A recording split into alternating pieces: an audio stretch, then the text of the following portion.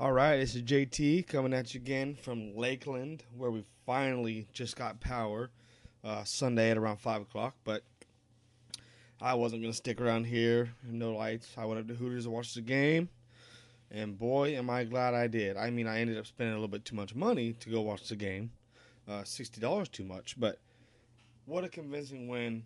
I know it's the first game of the season, but for a lot of teams, this is the second game of the season. Uh, of course, can't get overhyped over the first game.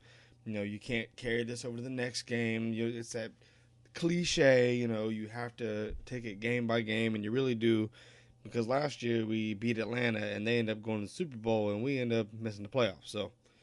But I want to start this off by going over the 5 things that I've seen that, were kind of bad. The 5 bad things I've seen, which there wasn't much.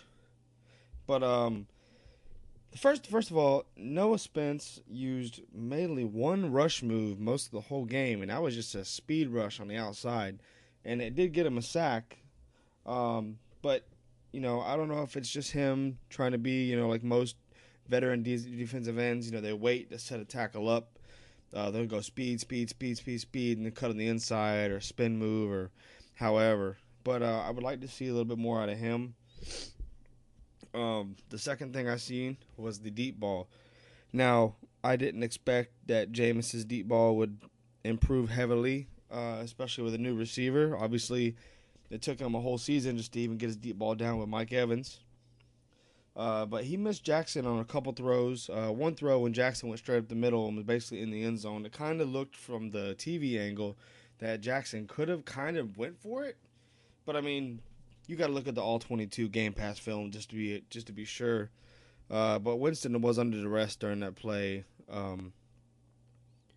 But yeah, there wasn't a lot of explosive plays in this game, but they were spreading the ball out very, very well. I mean, it was creating mismatch problems all over the place.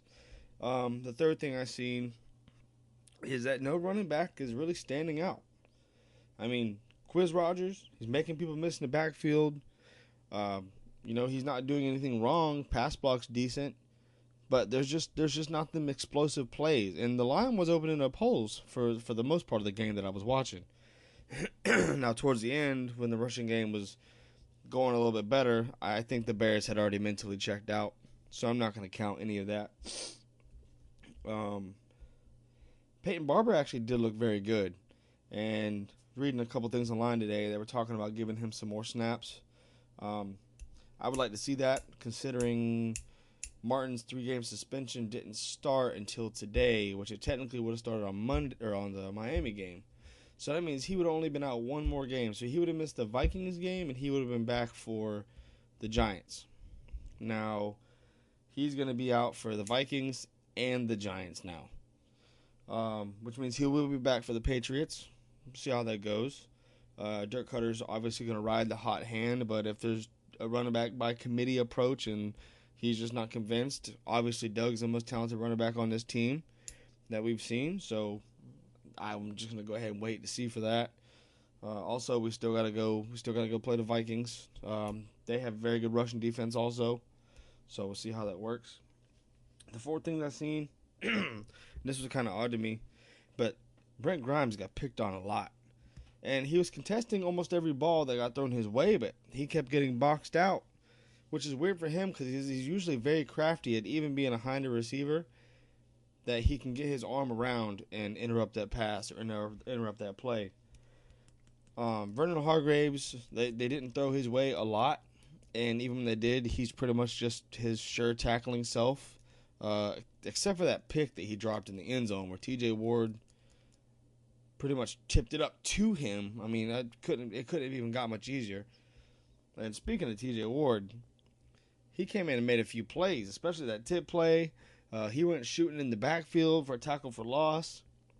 I mean, it seems to me like the extra week off, even though they weren't practicing, is definitely helping his chemistry with his teammates and learning his playbook. The fifth thing that I've seen, and this has been a hot topic because this particular player has a big mouth. And when you have a big mouth, people want you to put your money where your mouth is. Chris Baker didn't look like he was doing much.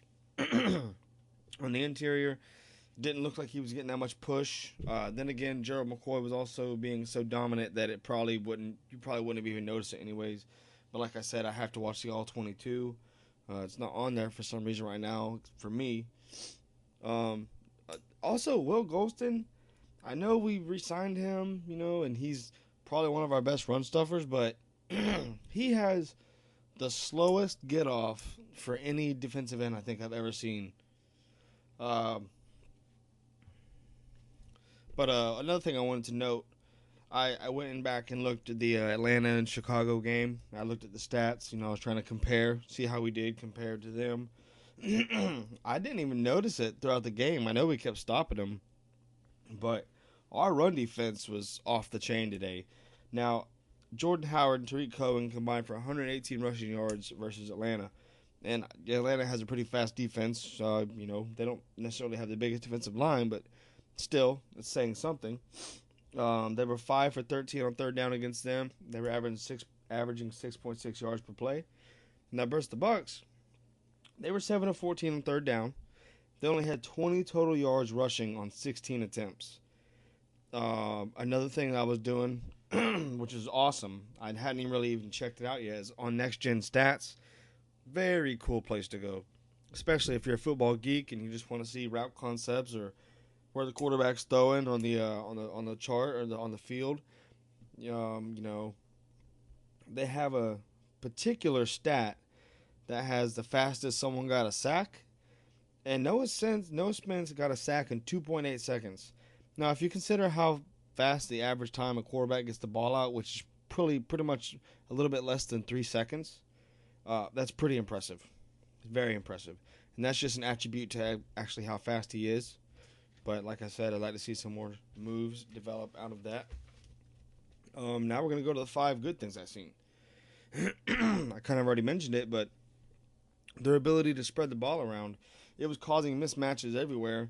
I think Danny Trevathan had 2 holding penalties just because the second one, he obviously just held Cam Brate because he knew Cam Brate was going to shake him out of his shoes.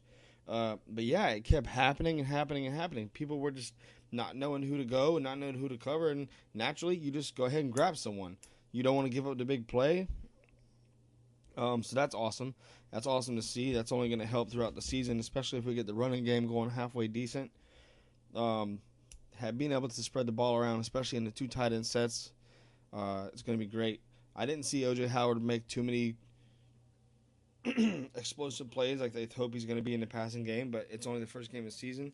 But he was blocking as well as he did in Alabama, and I mean, he was doing a great job. He was standing people up. He was stonewalling people. Once he gets his hands on the inside of someone's jersey, he's 6'5". You're not going around him. Oh, but the second thing I seen, and usually this is where I haven't, everyone's biting their nails. We were kicking field goals. And not only that, a 50-yarder. Now, we did miss the extra point, so that's a little alarming. But yeah, a 50-yard field goal. We haven't seen a 50-yard field goal in a while. I mean, we might have seen one, from Roberto Aguayo in practice or whatever, but certainly not in the game, especially not from Kyle Brenza. I think Pat Murray was the last person we had to make a 50-yarder, right? I mean, I might be wrong, but that's what it seems to me. 3, this is what I love the most because this is my favorite part of our defense, the linebackers. Levante David, Quan Alexander, and Kendall Beckwith. They are playing lights out. They were in coverage, just making stops in the backfield. The Quan's pick, I mean, what a great read and anticipation by him to just go ahead and take that ball, especially in traffic like that. Levante's just flying around the field. He's getting in the backfield. He's always in the right spot at the right time. And usually the last 2 years, Levante hasn't been turning it on until almost towards the end of the year. He's making all these plays. And I've been saying it for a long time. I think that Levante is probably one of our best rushers. I mean, it seems like every time he gets free off that edge, he's making a play. The 4th thing, the O-line play. Winston was kept mostly stood up the whole game. I mean, his jersey was clean mostly the whole game. He did have 1 sack, Excuse me. He did have one sack against him. But Marpet played without a hitch. I mean, I really can't wait to get on the All-22 and really start looking at this stuff. Sweezy was getting some push in the run game. And, for the most part, when games like this, and you're having a dominate win, it seems like something bad always happens. And we had a couple of players go down. Like we had a Quan Lee with his hamstring injury. Gerald McCoy was limping off the field a little bit. Levante was cramping, so that was kind of a scary moment. But we came out of this game mostly healthy, and according to Dirk Cutter, everyone's looking okay for next week. And the fourth thing, our run defense.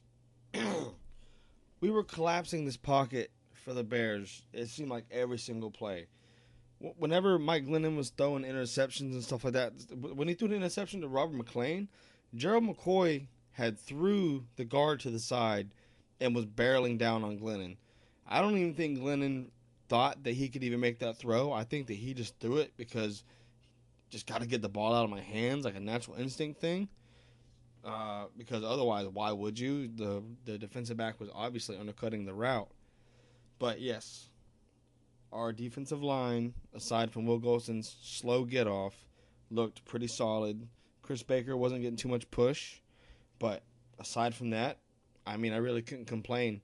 I didn't expect us to lose to Chicago because I expect this to be a good team this year. And if you want to be a good team, you have to beat the bad teams. That's just what good teams do. I mean, you don't go down to the wire with teams that are destined to be picking in the top 10. It's just not meant to happen like that. Good teams take care of business, and that's just the way it is.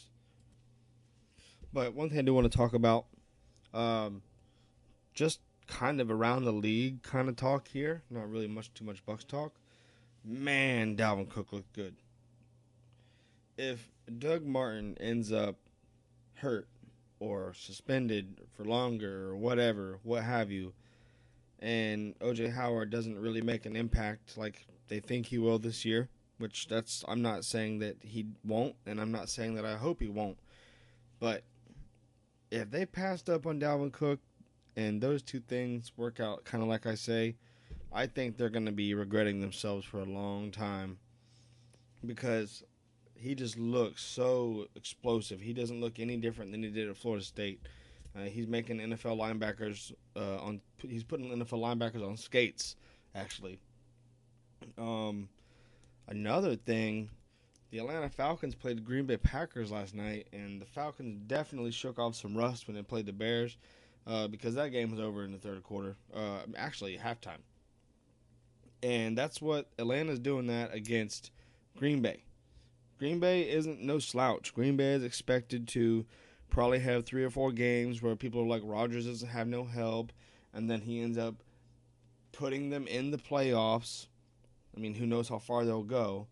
But the point I'm getting at is the Falcons are whooping the Green Bay Packers the last 2 times they've played them, and that's what good teams do. So, if we have any chance of getting international respect and making a name for ourselves, we need to take care of business in these games that, honestly, if the team is just as talented as you are and you're not competing, then that's just coaching. That ain't, it's just there's no excuse for it. So, for the Atlanta Falcons to be doing what they're doing, that's what they're supposed to be doing because that's how talented they are. If they're underachieving, then that's when something needs to change. The New Orleans Saints, it seems like this is the same thing for them. Broken record. Their defense is Swiss cheese through and through every time they play somebody. Who else played? Oh, yeah, the Panthers. The Panthers game was very sloppy, but their defense looks very good, especially against a good running team like the Bills. They shut Shady down. They, for the most part, shut Tyrod down, made him throw the ball. Christian McCaffrey, I read that they're going to have pretty much his own playbook just for him, and I can see why. Because you can see how special he is. He's not making these crazy impact plays yet, but you can see how special he is. One more thing that I noticed is Cam Newton does not look comfortable in the pocket. I know he's trying to be a pocket passer now, and he's not trying to run the ball as much anymore because he's been injured so much, but he just doesn't look comfortable in the pocket throwing the ball. And I don't know if that's just like, if he's still suffering from a Super Bowl hangover. I don't know. Or maybe it's just his shoulders still not fully healed. I don't know, but he just doesn't look convincing to me. It would be concerning if I was a Panthers fan. Now, one player that I want to talk about, because it was someone I absolutely loved during the scouting process, the draft process, and I really hope the Bucs could get him in late rounds if we didn't get Dalvin Cook, and that's Kareem Hunt. And I think a lot of people on my timeline that I was talking to, they agreed with me. This guy is special.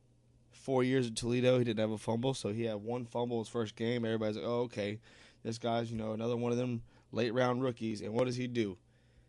Puts a show on against the Patriots. Then he's making 65-yard runs through the middle on the Eagles.